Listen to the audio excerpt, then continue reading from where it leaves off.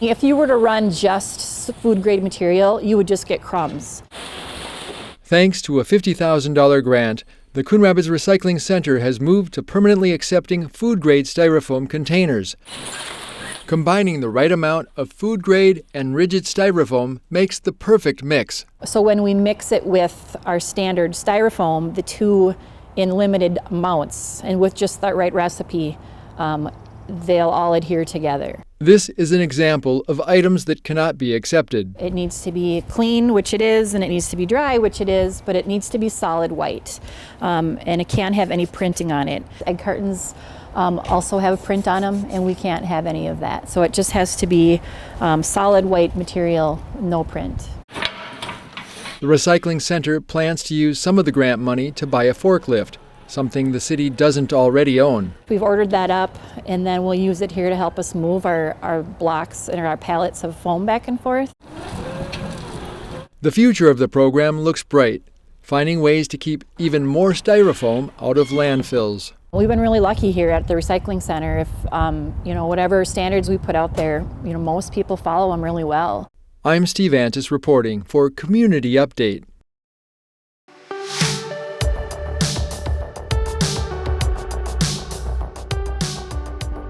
A new program has launched to help Minnesotans who are struggling to pay their rent and utility bills due to the pandemic.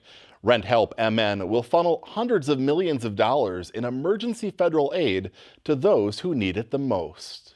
It's basically meant to assist anyone who is low to moderate in income to help them pay for their rent and their utilities. Kristen DeGrand is the city's housing programs coordinator. In her role, she's helping spread the word about a new program that could prevent evictions and homelessness.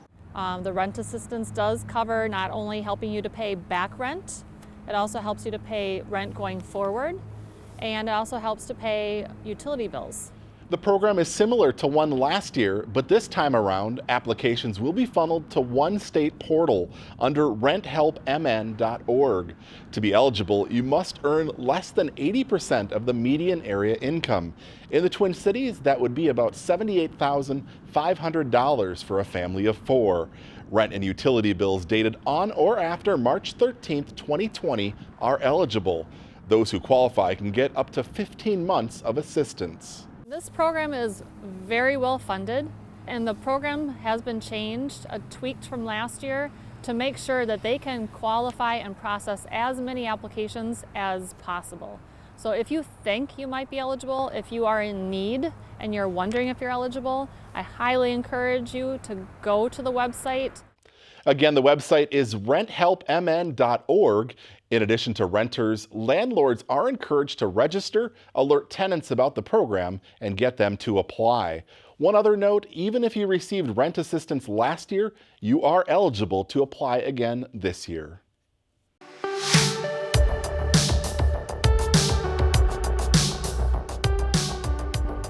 As the weather warms up, more people will be hitting the links. And this season, patrons at Bunker Hills will find some new wheels to help them navigate the golf course. These are fantastic carts. It's the same type of golf cart we had for the past 6 or 7 years. The new carts arrived at the golf course last week. Bunker Hills golf pro and manager Tim Anderson says replacement of the 100 cart fleet happens every 4 to 6 years. There is one additional feature besides the black roof racks and rain guards, which we think look great and aesthetically pleasing. There is a USB port, and that's something that you really can't live without these days. Our old carts didn't have them. Now they do, so people can charge their phones, devices, and plug in their music devices, which has become all the rage in golf now. Folks can put their music on at a reasonable volume, of course. With brand new batteries, the carts can last an entire day on the course. They are then charged overnight, ready for use the next morning. Quite a few golfers already today mentioned, oh man, great ride, I'm so excited to drive these, and we thank them for helping pay for them, of course, because it's the user fees that do pay for these golf carts. As for the course itself, golfers at Bunker Hills will notice subtle changes with tee markers and the addition of some benches. Staff at the course say they look forward to a busy season ahead. I just want to say, to everybody who's wondering, hey, golf looks like something I might want to try. Please come up to Bunker Hills and let us know you're interested in getting into golf. We'll show you the ropes. We'll show you around. It's a fantastic facility. Of course, I'm biased. It's the City of Coon Rapids facility, and we're here to bring as many folks in and have them enjoy the place as possible.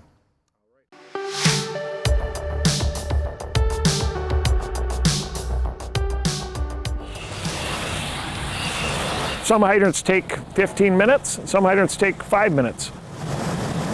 This week, the Coon Rapids Utilities Department began their springtime flushing of fire hydrants in the city. Sean Nelson is the utilities superintendent. What we're doing is cleaning up impurities that are in the water from over the winter. Water gets kind of stagnant. We can get some iron, magnesium iron that's in the water a little bit too. That's kind of that brownish tint that you see in the water. Nelson says, despite the color, the water is safe to drink. Each year, utility crews flush half of the city's hydrants. Using Highway 10 as a dividing line, this year the focus is on hydrants which fall on the north side. We're going through roughly about a little over 1,600 to 1,700.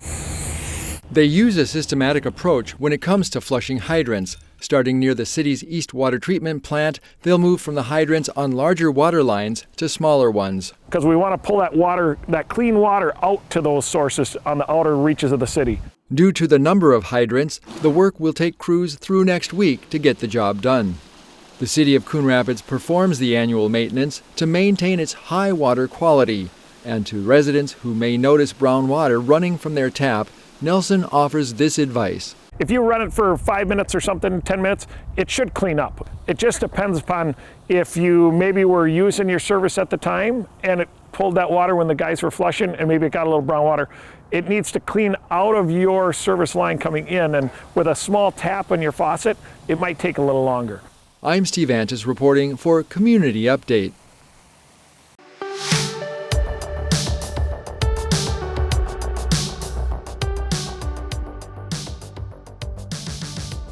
Here's your City Council recap for Wednesday, April 21st. More than 6 miles of residential streets will be reconstructed this summer. On Tuesday night, the City Council awarded contracts for the reconstruction projects, which are estimated to cost $10.4 million. Residents benefiting from the improvements are assessed a portion of the cost. A map outlining the construction areas can be found on the city's website. Also Tuesday night, the City Council awarded a contract for trail improvement projects at Riverdale Park and Thorpe Park. The Riverdale project involves more than a quarter-mile of trail reconstruction. At Thorpe Park, the trail reconstruction is 950 linear feet. New pedestrian ramps will also be installed. Work is expected to take place in June and July. The city is allowing some local businesses impacted by the COVID-19 pandemic to continue temporary outdoor dining into the fall. This week, the City Council approved the temporary expansion of the liquor license for Leonard's Bar and Grill for outdoor dining through October 31st. At the previous meeting, the City Council did the same thing for Texas Roadhouse and TGI Fridays. More improvements are in store for the East Water Treatment Plant. The City Council has accepted plans and authorized going out for bids on a project involving upgrades to the heating and ventilation system. Earlier this month, the City Council awarded a contract for rehabilitation of the 5.5 million gallon ground reservoir. And that's some of the latest actions by the Coon Rapids City Council. You can stay up to date by checking out the full agendas online at coonrapidsmn.gov. The meetings are also live on cable and streamed on the CTN YouTube channel.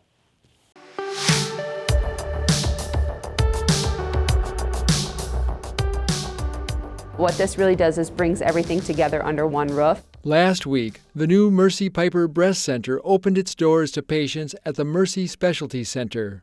This beautiful multidisciplinary approach really exemplifies a comprehensive breast center that's needed for 2021 and beyond. The Mercy Piper Breast Center covers nearly 25,000 square feet of space, which takes up the entire third floor of the specialty center. You can't feel anything in your breast, is that right? Surgical oncologist Dr. Natasha Reith is the medical director of Allina Health Cancer Institute and specializes in breast disease. I'm subspecialized in the care of cancer patients. I only do breast cancer. That's new to this area. And again, we have specialized breast radiologists, advanced imaging. Comprehensive breast care starts with prevention screening, diagnostics, and management. Be it a diagnostic mammogram, a biopsy, a consultation with a surgeon or a medical oncologist, infusional services including administration of chemotherapeutic agents. There's a room dedicated to reading a patient's x-rays. We do have 3D mammography available, which is the most cutting-edge technology available for screening women for breast cancer. The goal is to bring advanced breast care to patients in Coon Rapids who often think they have to travel for care. So really this space can offer full-service breast management, again, from the point of mammograms all the way through to treatment, even chemotherapy administration. The Mercy Piper Breast Center is located across the street from Mercy Hospital in the Mercy Specialty Center. For more information, log on to alinahealth.org. I'm Steve Antis reporting for Community Update.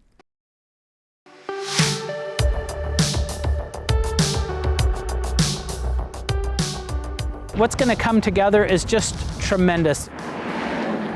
If you've driven along Coon Rapids Boulevard recently, you've likely noticed the homes popping up at Port Riverwalk.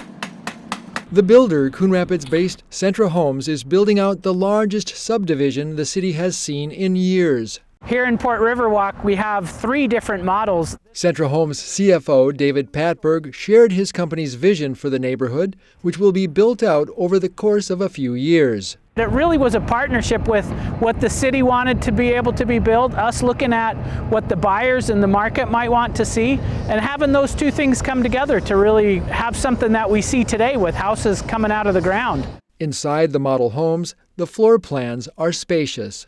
This model is called the Majestic. As built with the finished basement, has a little over 2,900 square feet with 3 finished bedrooms, 3.5 baths. Some of the lots can be built with a full basement. When complete, Port Riverwalk will have 136 detached townhomes, which according to Patberg will live much more like a single-family home. All of the houses in Port Riverwalk have an association that will take care of snow removal on your private driveway and on your sidewalks. It'll also take care of the lawn. We've constructed new streets, new utilities. Coon Rapids Economic Development Coordinator Matt Brown talked about some of the investments which the city's made toward the development of Port Riverwalk, including Coon Rapids Boulevard. The city's worked closely with the Anoka County Highway Department on some improvements that have included not only resurfacing the street and relocating some of the curb lines so it's in a slightly different location, but also we've been able to improve the pedestrian and bicycle infrastructure along that corridor. The city has also added ornamental lighting along the corridor.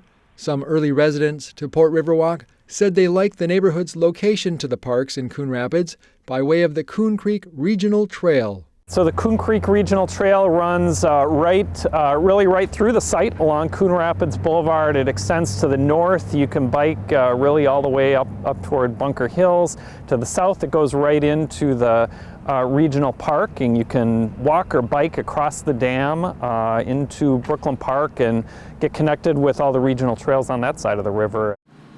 For those who may be interested in taking a tour inside any of the models, Centra Homes has options for how you can view them.